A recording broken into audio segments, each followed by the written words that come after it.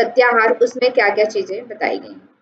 तो प्रत्याहार में मुख्यतः क्या है, मन की अंतर्मुखता के विषय में यहाँ पे बताया गया, मन को अंतर्मुख करना। जैसे हमारा मन जो है, बाकी जो इंद्रियां हैं हमारी, आंख कान, जो हमारी ज्ञानेंद्रियां हैं, उनके साथ संयोग करके बाहर की गति करता है। मतलब कि बाहर की चीजों को देखना, बाहर की चीजों को सुनना, बाहर की चीजों का स्पर्श करना, या उनका सुगंध लेना, या फिर उनका टेस्ट जो हम करते हैं, रस लेना। इस तरह से मन क्या करता है, अपनी जो ज्ञानेंद्रियां हैं उनके साथ मिल करके बाहर की चीजों को टेस्ट करने का, या बाहर की चीजों के साथ रमने का क्या करता है, कार्य करता है। लेकिन प्रत्याहार में हम क्या करते हैं, उस मन को अंतर्मुखी बनाते हैं, अपने अंदर की तरफ क्या करते हैं, उसको समेटते हैं। तो इसी को यहाँ पे क्या बोला गया है, प्रत्याहार बोला गया है। ठीक है, तो प्रत्याहार क्या है, इसके विषय में यहाँ पे विस्तृत चर्चा आपको मतलब कि बताया गया है। मुख्यतः यहाँ पे जो 5 श्लोक हैं, जिसके अंतर्गत आपको प्रत्याहार के विषय में बताया गया है। जस्ट 2 मिनट वेट करेंगे।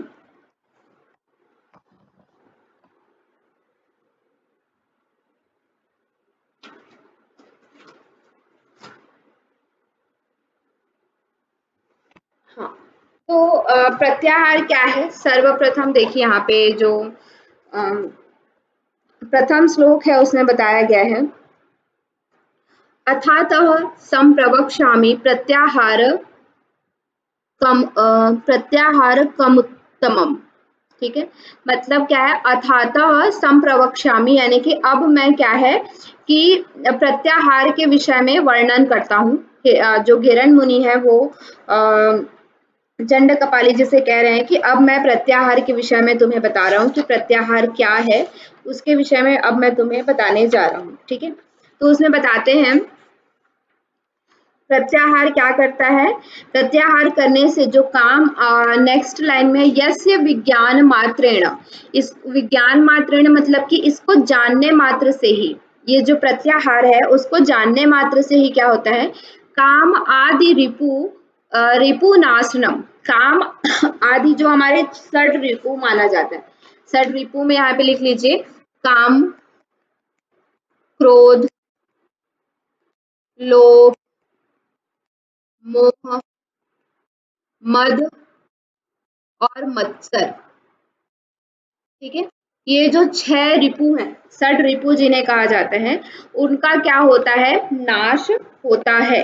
ठीक है, केवल प्रत्याहार को जानने मात्र से ही, प्रत्याहार को करने से क्या होता है, जो हमारे 6 रिपु हैं, 6 जो हमारे शत्रु, रिपु मतलब क्या होता है, शत्रु हैं, उनका नाश होता है। 6 शत्रु हमारे कौन है, काम, क्रोध, लोभ, मोह, मद और मत्सर।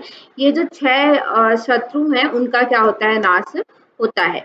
यतो यतो निश्चरति मनश्चंचलम स्थिरम ततस्तो नियमा दात्मान्येव वंश नयेत। मतलब क्या है, जैसे जैसे हमारा क्या होता है, मतलब कि जैसे जैसे हमारा मन क्या करता है, मनस चंचलम अस्थिरम, मन जो है वो क्या है, अस्थिर है, चंचल है। ठीक है, मतलब कि मन जहां जहां चलता है, यतो यतो निश्चरति, निश्चरति मतलब क्या है कि जहां जहां मन चलता है। ठीक है, जहां जहां भी आपका मन जाता है, जहां जहां भी आपका मन विचरण करता है, ततस्तो नियमे तादमेव वंशम नयेत, उस सभी जगह से अपने मन को क्या करना है, अपने वश में करना है। वशम यानी कि अपने वश में करते हुए उन सभी जगह से हमें क्या करना है, उसको लौटाना है, वापिस करना है। ठीक है, जहां जहां भी आपका मन जाता है, हमारा मन करता है कि हम गाना सुने, हमारा मन करता है कि हम अच्छा कुछ खाएं, हमारा मन करता है कि हम अच्छा कुछ देखें। ठीक है, तो ये जो मन जहां जहां आपका अस्थिर रूप से, चंचल रूप से उस जगह में जाता है, उस सभी जगह से हमें मन को पकड़ करके क्या करना है, वापिस लाने के लिए यहाँ पे कहा गया है। ठीक है, पुरुषकारम तिरस्कारम सुवाक्यम क्या, श्रुश्रव्यम व भयानकम मनस, यहाँ पे अच्छे से दिख नहीं रहा है, मनस्थ मानित्यम ये तादात्म्येव वशम नयेत। ठीक है, और क्या कहा गया है, पुरस्कारम तिरस्कारम, पुरस्कारम तिरस्कारम मतलब क्या है, पुरस्कार मतलब कि कोई आपकी प्रशंसा करता है या आपका तिरस्कार करता है। तिरस्कार मतलब क्या है, आपकी अवहेलना करता है, ठीक है। कोई आपकी प्रशंसा करता है, आपके बारे में अच्छा कहता है, या कोई आपका तिरस्कार करता है। सुश्रव्यम, कोई आपके लिए अच्छा कहता है, ठीक है। कुछ लोग हमारे लिए क्या कहते हैं, अच्छा कहते हैं, हमें अच्छा बोलते हैं हमारे लिए। कुछ लोग क्या कहते हैं, भयानकम। भयानकम यानी कि कुछ लोग आपके लिए बहुत बुरा शब्द का प्रयोग करते हैं, ठीक है। मनस तन्मात्र नित्य दात्मेव वसम नयेत, ठीक है। उन सब में मन क्या होता है, रमता है ना। मतलब कि कोई हमारे लिए अच्छा कहता है तो हमें अच्छा लगता है, हमारी प्रशंसा करता है तो। कोई हमारा तिरस्कार करता है, तिरस्कार मतलब क्या है कि कोई हमें मतलब कि बुरा कहता है तो हमें बुरा लगता है, उसके बारे में हम सोचते हैं कि अरे इसने मुझे ऐसा क्यों कहा दिन भर के लिए, मतलब दिन भर हम उसके बारे में सोचते रहते हैं। कोई हमारे लिए अच्छा जब सुनते हैं हम कोई किसी से कि अच्छा ये मेरे बारे में अच्छा कह रहा है तो हमें अच्छा लगता है। कोई अगर हमारे बारे में बुरा कहता है तो हम क्रोधित हो जाते हैं कि इसने मेरे बारे में ऐसा क्यों कहा, है ना। तो ये जो चीजें हैं उन सभी से मन को हटा करके क्या करना है, अपने वश में करना है, आत्मा के वश में करना है, स्वयं के वश में करना है। जिससे हमें पुरस्कार तिरस्कार अच्छा बुरा किसी भी चीज से हमें हमारे मन को या हमारे आत्मा को कोई भी मतलब कि बहुत ज्यादा फर्क नहीं पड़ना चाहिए कि कोई हमारे लिए प्रशंसा कर रहा है या कोई हमारा तिरस्कार कर रहा है, कोई हमारे अच्छा कह रहा है या बुरा कह रहा है। इससे हमें बहुत ज्यादा मन में मतलब कि फर्क नहीं पड़ना चाहिए। इस तरह से हमें अपने मन को बनाना है, ठीक है। तो यहाँ पे 3 चीजों की बात की गई है। पहला क्या है कि अगर हम प्रत्याहार करते हैं तो क्या होता है, काम आदि जो षड रिपु हैं उनका नाश होता है। और क्या बात की कही गई है कि जहां जहां हमारा मन जाता है, जहां जहां हमारा मन अस्थिर रूप से चंचल रूप से भ्रमण करता रहता है, उन सभी जगह से हमें क्या करना है, मन को हटा करके हमें आत्मा के वश में करना है।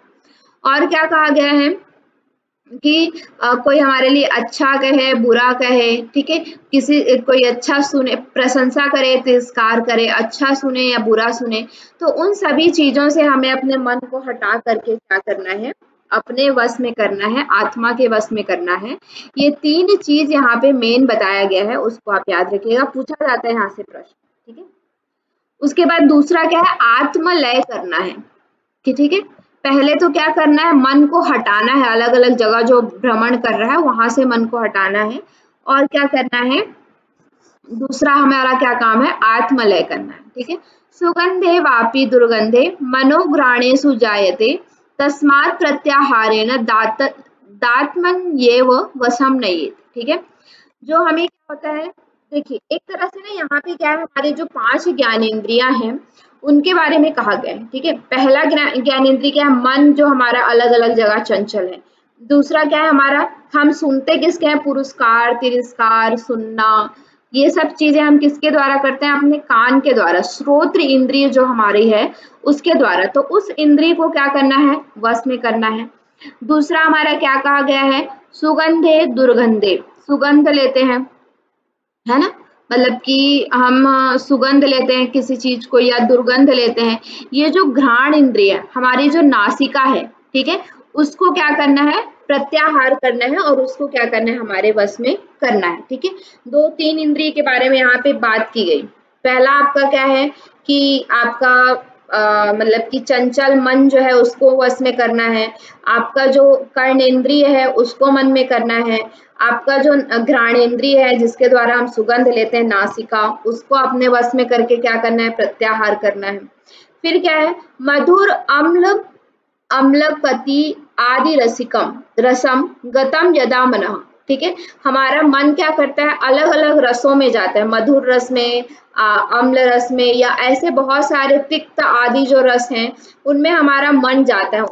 उनमें हमारा मन जो रमा होता है कि हमें मधुर रस खाना है, मीठा खाना है, हमें तीखा खाना है, हमें कुछ चटपटा सा खाना है ना, ये जो हम बोलते हैं। तो ये सभी क्या हमारे जीवेंद्रिय, जो हमारा रसेंद्रिय जो है, रसना, उससे संबंधित है। तो उसको हमें प्रत्याहार करके क्या करना है, अपने वश में करना है या फिर आत्मा के वश में करना है, ऐसा यहाँ पे बताया गया है। क्लियर है क्या ये?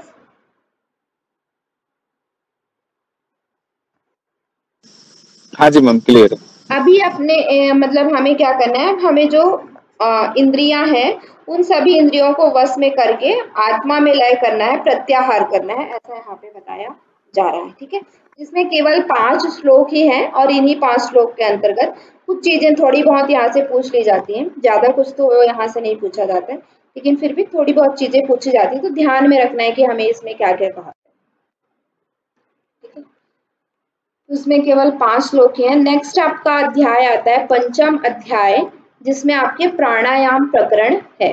ठीक है, मुख्य बहुत ही इंपॉर्टेंट घेरन संहिता का बहुत इंपॉर्टेंट ये चैप्टर है, जिसमें से बहुत सारे प्रश्न आपके इसी चैप्टर से पूछे जाते हैं, तो इसको आप ध्यान से पढ़िएगा क्योंकि यहाँ से बहुत सारे प्रश्न पूछे जाते हैं। ठीक है, इसी में ही आपको मिताहार, काल इत्यादि जो अनेकानेक आपको देखने को मिलेगा, बहुत सारी चीजों का यहाँ पे वर्णन है। मिताहार कैसे करना है, पथ्य अपथ्य भोजन क्या है, उसके बाद आपका काल निर्धारण, कौन से काल में हमें योगाभ्यास करना चाहिए, कौन से काल में नहीं करना चाहिए, ये सारी चीजें यहाँ पे बताई गई हैं।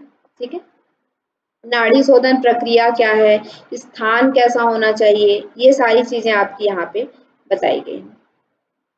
ठीक है, तो देखिए यहाँ पे प्रथम श्लोक में बोला गया है, अथातः संप्रवक्ष्यामि प्राणायामस्य सिद्धिदम यस्य साधन मात्रेण देवतुल्यो भवेत् नरः। ठीक है, मतलब क्या है, अथातः संप्रवक्ष्यामि, हे चंडकपाली, अब मैं तुम्हें प्राणायाम के विषय में बताता हूँ, प्राणायाम की विधि के विषय में बताता हूँ, जिसके साधन मात्र से ही जो नर है वो कैसा हो जाता है, देवतुल्य के समान हो जाता है। ठीक है, इसमें कह रहे हैं कि जो घेरन मुनि है वो चंडकपाली जी से कह रहे हैं कि अब मैं तुम्हें प्राणायाम की विधि, प्राणायाम कैसे करते हैं, प्राणायाम के पूर्व की जो तैयारियां हैं उनके विषय में मैं तुम्हें बताने जा रहा हूँ, और इसके साधन मात्र से ही, मतलब इसको करने मात्र से ही जो योगी है वो कैसा हो जाता है, देवतुल्य के समान हो जाता है। ठीक है, नेक्स्ट बहुत इंपॉर्टेंट श्लोक है, मतलब वेरी वेरी इंपॉर्टेंट श्लोक जिसको हम कह सकते हैं। ठीक है, इसमें से बहुत बार प्रश्न आ चुका है और आगे भी इसमें से प्रश्न आता है, इसको याद रखिएगा।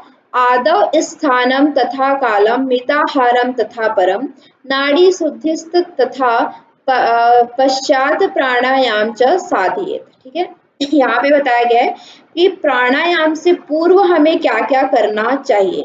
तो प्राणायाम के पूर्व सर्वप्रथम हमें क्या करना है, स्थान निर्धारण करना है, इसका सीक्वेंस पूछा जाता है, याद रखिएगा। सर्वप्रथम इसका स्थान निर्धारण किया जाता है, दूसरा इसका काल निर्धारण किया जाता है कि कौन से काल में हमें करना है, तीसरा हमें मिताहार का निर्धारण किया जाता है, उसके बाद नाड़ी शोधन किया जाता है, फिर कहीं जा करके आपका प्राणायाम का अभ्यास किया जाता है। प्राणायाम 5वें नंबर पे आता है। पहला क्या है, स्थान, दूसरा क्या है, काल, तीसरा क्या है, मिताहार, चौथा क्या है, नाड़ी शुद्धि, पांचवा क्या है, प्राणायाम। ठीक है, इस तरह से आपके 5वें स्थान पर प्राणायाम है। उसके पहले इसका बहुत बार सीक्वेंस पूछा जा चुका है। प्राणायाम के पूर्व हमें क्या क्या करना होता है, तो सर्वप्रथम हमें स्थान निर्धारण करना होता है कि कौन से स्थान में हमें प्राणायाम करना है, दूसरे बार में कौन से समय में काल निर्धारण किया जाता है, तीसरी बार मिताहार, कैसा हमें आहार ग्रहण करना है उसके बारे में देखा जाता है, फिर उसके बाद नाड़ी शोधन देखा जाता है, और उसके बाद फिर कहीं जाकर के हम प्राणायाम का अभ्यास प्रारंभ करते हैं। ठीक है, तो इसको सीक्वेंस बहुत इंपॉर्टेंट है, याद रखिएगा। चलिए, तो जैसा कि यहाँ पे बताया गया पहला स्थान, तो फिर अब यहाँ पे स्थान के बारे में बताया जा रहा है कि स्थान कैसा होना चाहिए। एक प्राणायाम के पूर्व हमें किस तरह के स्थान में जाके बैठना चाहिए या फिर किस तरह के स्थान का चयन हमें करना चाहिए, ये यहाँ पे आपके नेक्स्ट जो श्लोक है 3rd नंबर का श्लोक, वहां से बताया जा रहा है। तो कैसा बोला है, दूर देशे तथा अरण्ये राजधान्या जनांतिके। ठीक है, स्थान कैसा होना चाहिए, दूर देशे तथा अरण्ये राजधान्या जनांतिके योगारंभम न कुरुतीव कृतिशेव सिद्धिहा भवेत्। सर्वप्रथम बताया कि कैसा स्थान नहीं होना चाहिए, ठीक है। तो दूर देश नहीं होना चाहिए, मतलब आप जिस स्थान में रह रहे हैं, मान लीजिए हम लोग अभी महाराष्ट्र में रह रहे हैं, तो अब महाराष्ट्र को छोड़ करके मैं साउथ या फिर पूरा कश्मीर की तरफ चली जाऊं योगा करने के लिए या योग की साधना करने के लिए, तो ये मेरे लिए सही नहीं है, क्योंकि वहां के लोग मुझे नहीं जानते हैं। तो ऐसे एकदम आपके जो स्थान है उसके आसपास ही आपका होना चाहिए, बहुत ज्यादा दूर में आपको स्थान नहीं चयन करना है, ठीक है। तथा आरण्य में भी नहीं होना चाहिए, जंगल में नहीं होना चाहिए। राजधानी यानी कि बड़े बड़े सिटी, दिल्ली, कोलकाता, इस तरह से बड़े बड़े सिटी में भी योग साधना का स्थान नहीं चयन करना चाहिए। जनांतिके यानी कि जहां पे क्या है, जन नहीं हो, ठीक है, मतलब कि जनांतिके जहां बहुत ज्यादा लोग रह रहे हैं, ऐसा स्थान भी हमें नहीं चयन करना चाहिए। योगारंभम ना कुर्ती, ऐसे स्थान में हमें योगारंभ नहीं करना चाहिए, योगा नहीं प्रारंभ करना चाहिए। कृतश्चेत् सिद्धिहा भवेत्, अगर ऐसे जगह में हम योग प्रारंभ करते हैं, योगाभ्यास प्रारंभ करते हैं, तो क्या होता है, सिद्धि हा भवे, सिद्धि का हा होता है, हा मतलब कि नाश होता है, ठीक है। सिद्धि का क्या होता है, नाश होता है। क्लियर है। कौन कौन सी जगह में नहीं करना है, दूर देश, बहुत ज्यादा दूर, अपने स्थान से बहुत ज्यादा दूर में नहीं करना है। दूसरा क्या है, आरण्य में नहीं करना है, ठीक है। आरण्य यानी कि मतलब कि क्या बोलते हैं उसको, जंगल में। राजधानी मतलब बहुत ज्यादा लोग भीड़ भाड़ जहाँ पे रहते हैं, बड़ी बड़ी सिटी, वहां पे हमें योग आरंभ नहीं करना चाहिए। अगर ऐसे जगह में हम योग का आरंभ करते हैं, योग का अभ्यास करते हैं, तो सिद्धि की हानि होती है, ठीक है। नेक्स्ट क्या है, अविश्वासम दूर देशे अरण्य रक्षि वर्जितम, ठीक है। अब क्यों नहीं करना चाहिए ये भी यहाँ पे बताया गया है कि उसने कह दिया कि दूर देश, अरण्य, राजधानी में तो नहीं प्रारंभ करना चाहिए, लेकिन क्यों नहीं प्रारंभ करना चाहिए, तो क्यों नहीं प्रारंभ करना चाहिए, अविश्वास है दूर देशे, ठीक है। दूर देश में क्या है, अविश्वास रहता है। मान लीजिए हमने पहले भी देखा है, हठ प्रदीपिका जब पढ़ा तो उसमें बहुत सारी गोपनीय विधि होती है, बहुत सारे ऐसे अभ्यास होते हैं जो हम किसी के सामने नहीं करते, ठीक है। तांत्रिक रूप से, तांत्रिक चीजें हम रात के 12 बजे, रात के 1 बजे, ठीक है, दिन में हम कभी भी अभ्यास करने के लिए उठ जाते हैं। तो इस तरह का जब आप अभ्यास किसी दूर देश में जाके करेंगे, तो वहां पे आपके ऊपर विश्वास नहीं होगा, तो वो आप लोग को गलत समझ सकते हैं और आपके ऊपर कोई दूसरा एक्शन ले सकते हैं। इसलिए क्या है कि हमें बहुत ज्यादा दूर देश में जा करके अभ्यास नहीं करना चाहिए, ठीक है। अपने आसपास जो लोग आपको जानते हैं वैसे स्थान में, ऐसे थोड़ा खाली स्थान में जा करके हमें क्या करना चाहिए, अभ्यास करना चाहिए। दूसरा क्या है, अरण्य रक्षि वर्जितम, अरण्य, जंगल में आप जाएंगे तो वहां बहुत सारे जीव जंतु इत्यादि रहते हैं, तो वहां सुरक्षा नहीं रहती है, ठीक है। रक्षि वर्जितम यानी कि वहां पे सुरक्षा का अभाव होता है, इसलिए हमें क्या है, अरण्य में, जंगल में जाकर के भी अभ्यास नहीं करना चाहिए। लोकारण्य प्रकाशस्य तस्मात् त्रीणि वर्जयेत, ठीक है।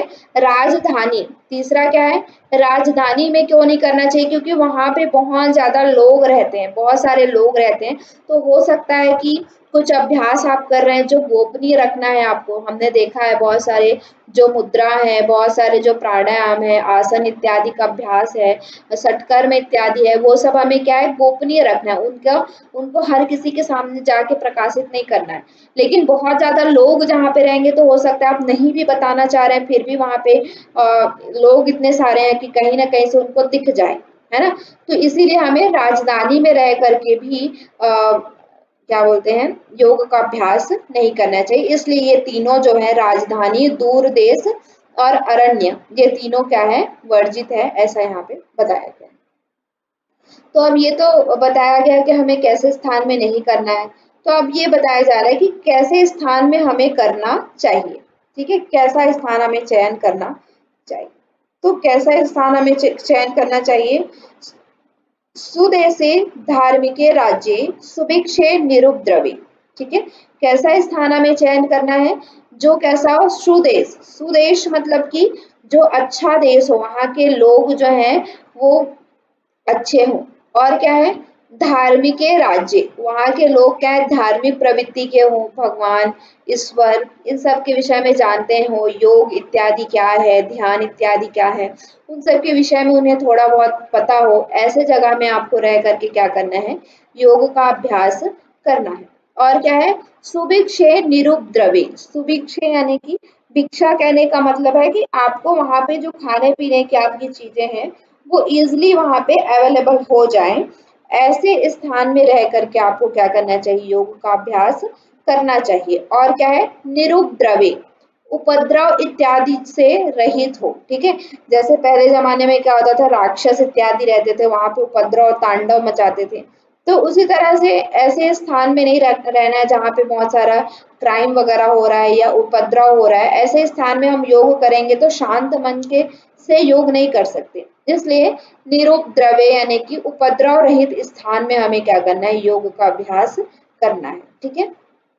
और क्या है, कृत्वा तत्रैकम कुटीरम प्राचीरैः प्रविष्टृतम्। ठीक है, ऐसे स्थान में रह करके आपको एक कुटीर बनाना है। कुटीरम यानी कि कुटीर, आपको एक छोटा कुटीर बनाना है और उसके चारों ओर क्या हो, प्राचीर परिवेष्टितम यानी कि चारों ओर बाउंड्री हो, ऐसा आपको, और बीच में आपका कुटी हो, ऐसा आपको एक कुटी बनाना है। ठीक है, उस कुटी के अंतर्गत क्या क्या होना चाहिए, वापी कूप तड़ाग च प्राचीर मध्यवर्ती, या तो उसमें कोई छोटा तालाब, कुआं इत्यादि पानी के लिए हो, ऐसा उस कुटीर के मध्य में। ठीक है, मतलब कि उस कुटी के अंतर्गत कुआं या फिर तालाब जैसा पानी की व्यवस्था हो, ऐसा आपकी कुटी होना चाहिए। और क्या है, नाट्य उच्च नति नाति न अति निम्न। ठीक है, ना बहुत ऊपर, जैसे पहाड़ों के ऊपर में भी नहीं बना लेना है और जमीन के नीचे भी नहीं बना लेना है। ठीक है, समतल भूमि में आपको क्या करना है, एक कुटी का निर्माण करना है। च कुटीरम कीट वर्जितम, और वो कुटी कैसा होना चाहिए, कीड़ा मकोड़े इत्यादि जो जीव जंतु होते हैं, इन सब से क्या होना चाहिए, वर्जित होना चाहिए, मतलब वहां पे ये सब नहीं होना चाहिए। और क्या है, साम्य गोमय लिप्त च कुटीरम तत्र निर्मितम। ठीक है, आपने जो कुटी बनाई है वो कैसा होना चाहिए, गोमय से, गोबर से लिपा हुआ होना चाहिए, मोटी परत से लिपा होना चाहिए। एवं स्थानेषु गुप्तेषु प्राणायाम समभ्यसेत, ऐसे गुप्त स्थान में रह करके आपको क्या करना है, प्राणायाम का अभ्यास करना है। ठीक है, आप देख रहे हैं जो ये चीजें हैं, कैसे स्थान हमें करना है, वो स्थान आपका जनरली हमने जो हट प्रदीपिका में देखा था उसी तरह का ही आपको देखने को मिल रहा होगा, है ना। आप जब रिकॉल कर पा रहे होंगे तो आपको पता चल रहा होगा कि जैसा हमने हट प्रदीपिका में देखा था, एक दो चीजें ऊपर नीचे हैं, बाकी ऑलमोस्ट जो आपका है उसी तरह का ही एक्सप्लेनेशन घेरन संहिता में भी दिया गया है। लेकिन यहाँ पे एक्स्ट्रा क्या चीज दी गई है कि कैसे स्थान में हमें नहीं करना है, नहीं करना है, वो चीज आपके हट प्रदीपिका में नहीं दिया गया था। लेकिन यहाँ पे तीन चीज का वर्जन किया गया है, दूर देश, आरण्य और राजधानी। ऐसे तीन देश में, तीन जगह में हमें नहीं करना चाहिए। बाकी किस जगह में करना चाहिए वो लगभग आपके हट प्रदीपिका के अकॉर्डिंग ही आप देख पा रहे हो। ठीक है, क्लियर है स्थान का वर्णन।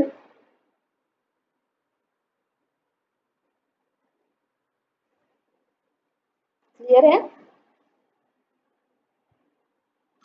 हाँ जी। ठीक है। चलिए, तो नेक्स्ट इसमें आता है आपका सॉरी, नेक्स्ट इसमें आता है, हमने क्या देखा, पहला हमारा था स्थान, पहले हमें स्थान निर्धारण करना है तो स्थान के बारे में बताया गया। दूसरा हमारा क्या है, काल निर्धारण करना है कि किस काल में हमें योग का प्रारंभ करना है। ठीक है, तो यहाँ पे काल के बारे में आपको बताया जा रहा है कि किस काल में आपको योग प्रारंभ करना चाहिए, किस काल में योग प्रारंभ नहीं करना चाहिए। ठीक है, दूसरा हमारा काल का निर्णय यहाँ पे किया जा रहा है। तो पहले बताया जाता है, हेमंते शिशिरे ग्रीष्मे वर्षायाम च ऋतौ यथा तथा योगारंभम न कुर्तीव कृते योगो ही रोगदः। ठीक है, यहाँ पे देखिए बताया गया है कौन कौन से ऋतु में नहीं करना चाहिए, पहले बताया गया। ठीक है, हमारे 6 ऋतु होते हैं, 6 ऋतु होते हैं, तो 6 ऋतु में से 4 ऋतु में हमें योग आरंभ नहीं करना चाहिए। पहला कौन सा है? हेमंत, शिशिर, ग्रीष्म, वर्षा।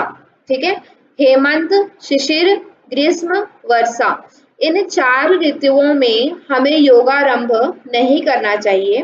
ठीक है, अगर हम इसमें योगारंभ करते हैं, योग का आरंभ करते हैं, तो क्या होता है? योगो ही रोगदः, वो योग कैसा हो जाता है? रोग की उत्पत्ति करने वाला हो जाता है। ठीक है, अगर हम इन 4 ऋतुओं में योग का प्रारंभ करते हैं तो वो जो योग है वो कैसा हो जाता है? रोग को आरंभ करने वाला, रोग की उत्पत्ति करने वाला होता है। ठीक है, याद रखिएगा, यहाँ से बहुत सारे प्रश्न कई बार पूछे जा चुके हैं और आगे भी इससे प्रश्न पूछे जाएंगे। ठीक है, तो कौन से ऋतु में हमें नहीं करना है, कौन से ऋतु में हमें करना है? तो सर्वप्रथम तो आप 6 ऋतु जो है उनको याद कर लीजिए, और उसमें से 4 ऋतु में हमें नहीं करना है, 2 ऋतु में हमें करना है। ठीक है, कौन से ऋतु में करना है? वसंते शरदी प्रोक्तम योगारंभम समाचरित। ठीक है, कौन कौन से ऋतु में आरंभ करना चाहिए? वसंत और शरद ऋतु में हमें योग का आरंभ करना चाहिए।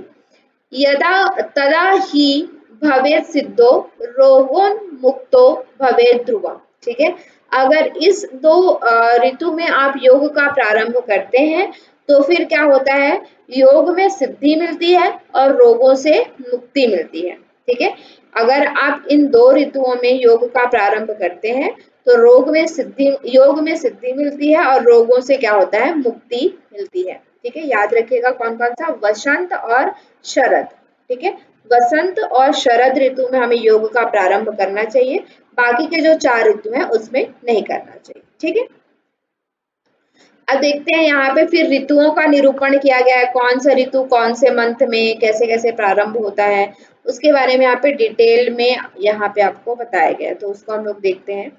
सर्वप्रथम क्या है कि हमारे पास 6 ऋतु है, तो 6 ऋतु के लिए ना एक इस तरह का एक बॉक्स आप क्रिएट कर लेंगे। ये 6 ऋतु, इसमें 5 ही ऋतु आया आपको इस तरह से, है ना, ये 6 है। तो 6 ऋतु जब हम देखते हैं तो एक इसको सीक्वेंस में याद करना बहुत जरूरी है। ठीक है, हम देखते हैं, देखिए हमारे पास क्या है? 12 महीने होते हैं और 6 ऋतु होता है ना। तो पहला हमारा शुरू में क्या आता है? वसंत ऋतु। वसंत ऋतु सीक्वेंस में याद रखने के लिए, वसंत के बाद आपका क्या आता है? ग्रीष्म आता है। ग्रीष्म के बाद आपका क्या आता है? वर्षा आता है।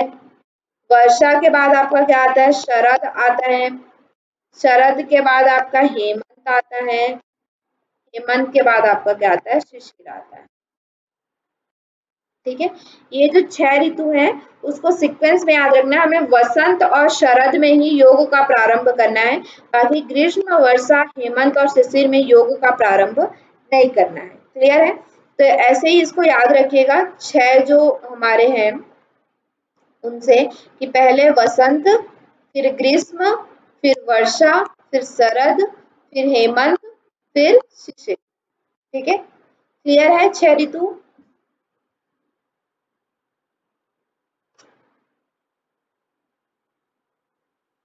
जी। आप देखते हैं कि 6 ऋतु में कौन कौन से मंथ आते हैं, किस तरह से आते हैं। ठीक है, यहाँ पे पूरा बताया गया है आपको। तो अभी हम नेक्स्ट देखते हैं। देखिए अब क्या बोला गया है? चैत्र आदि फाल्गुनान्ते, चैत्र से प्रारंभ होकर के फागुन तक अंत होता है। ठीक है, ऐसे हमारे पास क्या है? जब माघ आदि फाल्गुनान्तिके, माघ और फाल्गुन ये क्या होता है? 2-2 महीने का क्या होता है? द्वय मास वृत्ता भवान भावश चतु। ठीक है, मतलब क्या होता है? हर एक ऋतु में क्या होता है? 2-2 महीने आते हैं। ठीक है, क्योंकि हमारे पास 12 महीने हैं और 6 ऋतु हैं, तो हर एक ऋतु में क्या होता है? 2-2 महीने आते हैं, लेकिन हर एक ऋतु आप 4 महीने तक अनुभव करते हैं। अब इसको कैसे करते हैं ना, वो हम यहाँ पे देखेंगे। ठीक है, इसको ध्यान से समझिएगा, थोड़ा सा क्रिटिकल है बट आप समझ सकते हैं थोड़ा सा जब आप देखेंगे। ठीक है, देखिए क्या है? वसंत से चैत्र वैशाख, हमारे पास पहला क्या है? वसंत ऋतु है, जिसमें कौन कौन सा मंथ आता है? चैत्र और वैशाख। आपको मंथ पूरा याद है ना, ऐसे सीक्वेंस में चैत्र, बैसाख, ज्येष्ठ, आषाढ़, सावन, भाद्रपद, अश्विन, कार्तिक, मार्गशीर्ष, पौष, माघ और फाल्गुन। ये जो सीक्वेंस में आपको उसको याद रखने की जरूरत है। ठीक है, याद है ना? हिंदी वाले नहीं याद है। अच्छा, तो इसको हिंदी वाला याद करिएगा। तो पहले जो वसंत है उसमें कौन कौन सा महीना आता है? चैत्र और बैसाख आता है। ठीक है, पहले में बसंत वाला है, उसमें चैत्र और बैसाख महीना आता है। दूसरा वर्षा में क्या आता है? सॉरी, दूसरा क्या है? ज्येष्ठ और आषाढ़ किस में आता है? ग्रीष्म ऋतु में आता है। ठीक है, फिर क्या है? वर्षा ऋतु में क्या आता है? श्रावण और भाद्राभ्याम, भाद्रपद जिसे हम कहते हैं। शरद ऋतु में क्या आता है? अश्विन और कार्तिक आता है। माघ और पौष किस में आता है? हेमंत ऋतु में आता है। शिशिरो, माघ, फाल्गुनो। माघ और फाल्गुन महीना किस में आता है? शिशिर ऋतु में आता है। यहाँ तक क्लियर है? सभी में दो दो महीने आते हैं। ठीक है, अब अनुभव की दृष्टि से देखें, जैसे कि हम देखते हैं ना कि ठंडी भी हम क्या है, हम 4 महीने तक वर्षा अनुभव करते हैं, 4 महीने तक गर्मी अनुभव करते हैं, 4 महीने तक ठंडी अनुभव करते हैं, है ना? ठंडी केवल 2 महीने की होती फिर समाप्त हो जाती है, ऐसा तो नहीं होता है। 4 महीने तक हम अलग अलग जगह में, जैसे अक्टूबर नवंबर से स्टार्ट होता है और वो फरवरी तक जाता है ना? फरवरी मिड या फरवरी एंड तक हम ठंडी का अनुभव करते हैं। उसी तरह से क्या है कि हर एक ऋतु जो है उसे हम क्या है पूरे 4-4 महीने तक अनुभव करते हैं। ठीक है, तो यहाँ पे बताया गया है कैसे हम उसको अनुभव करते हैं। अनुभवाम प्रवक्ष्यामि ऋतूनाम च यथोदितम। अब देखिए यहाँ पे ना थोड़ा सा मैं डायग्राम बनाऊं तो शायद समझ में आए आपको। इस तरह से जब आप देखें,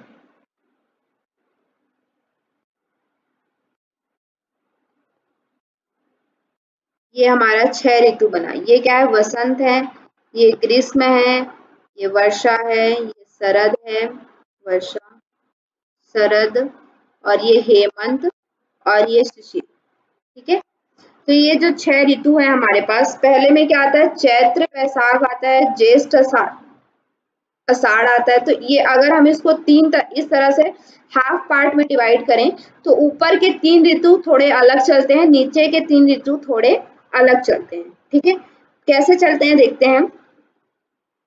तो पहला तो हमारा कहाँ से स्टार्ट होता है? जो मंथ हम देखते हैं, चैत्र महीना। चैत्र हम जो हिंदू का नव वर्ष कहाँ से स्टार्ट होता है? चैत्र से। जैसे हमारा कल क्या है? गुड़ी पाड़वा, महाराष्ट्र में गुड़ी पाड़वा बोलते हैं, या फिर हम हिंदू नव वर्ष बोलते हैं जो कल से स्टार्ट होने वाला है ना। तो वो क्या है? चैत्र माह का पहला दिन।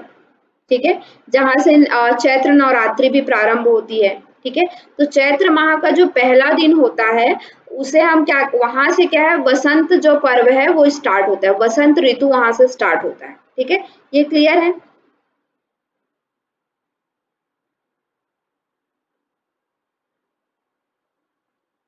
वॉइस तो आ रही है ना मेरी?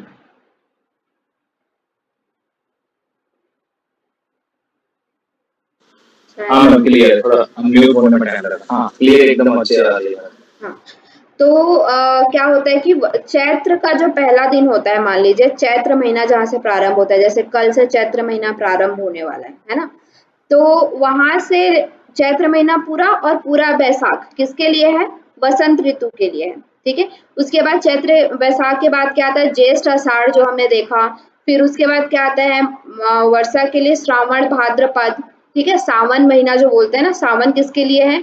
वर्षा के लिए है ना? वैसे ही शरद के लिए अश्विन और कार्तिक जो है, कार्तिक महीना जो होता है जिसमें हम सर्दी, भरी सर्दी होती है, जिसमें हम गांव में शायद आप लोग को वो दीपदान वाला पर्व आता है। आपके यहाँ क्या बोलते हैं? हमारे यहाँ कार्तिक स्नान ही उसको बोला जाता है, जिसमें दीपदान करते हैं। ठीक है, तो वो शरद, उस महीने में पूरी ठंडी होती है। आप इस तरह से भी देखेंगे तो आपको समझ में आएगा, है ना? तो इसमें क्या होता है? इस तरह से तो रहता है, लेकिन इसका अनुभव कैसा रहता है? थोड़ा अलग रहता है। अब कैसे रहता है देखते हैं। जैसे कि हमारा वसंत जो महीना है, ठीक है, वसंत महीने में क्या होगा कि माघ, फाल्गुन, चैत्र, और बैसाख। तो इसमें क्या होगा, देखिए इसके पहले शिशिर में क्या आता है, माघ और फाल्गुन आता है ना। तो माघ का 15 दिन, फाल्गुन पूरा, चैत्र पूरा और बैसाख का 15 दिन, ठीक है। ये किस में आएगा, वसंत ऋतु में आएगा, उसमें आपको वसंत ऋतु का अनुभव होगा, ठीक है। माघ का 15 दिन, फाल्गुन पूरा, चैत्र पूरा और बैसाख का 15 दिन, ये आपका किस में आएगा, वसंत ऋतु के अंतर्गत आएगा, ठीक है। देखिए यहाँ पे लिखा है माघ आदि माधवान्तेषु वसंता अनुभव विदु चैत्र आषाढ़ान्तम च निदानाद अनुभवम विदु, ठीक है। इस तरह से यहाँ पे बताया जा रहा है। समझ में आ रहा है क्या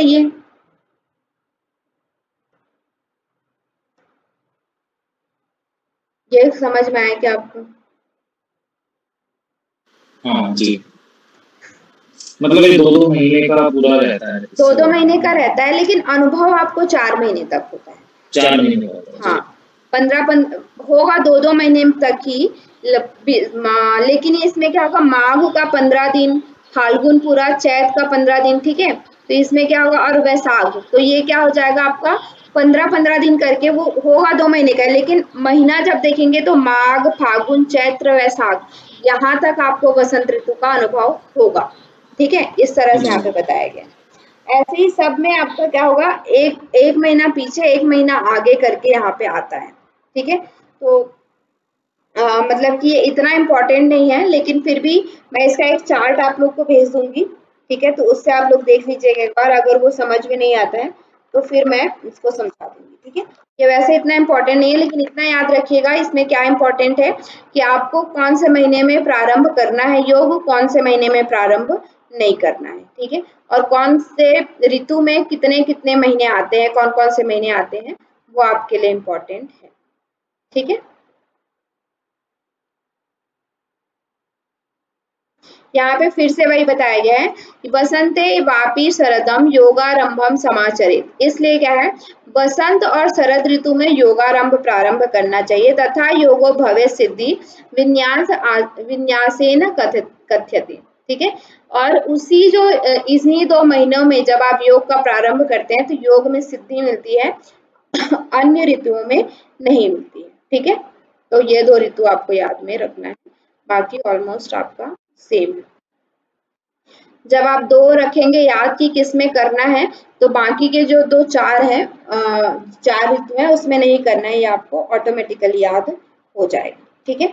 तो इसका बताइए मुझे कि हमने क्या क्या सीक्वेंस पढ़ा था, पहले स्थान था, काल था, फिर क्या था?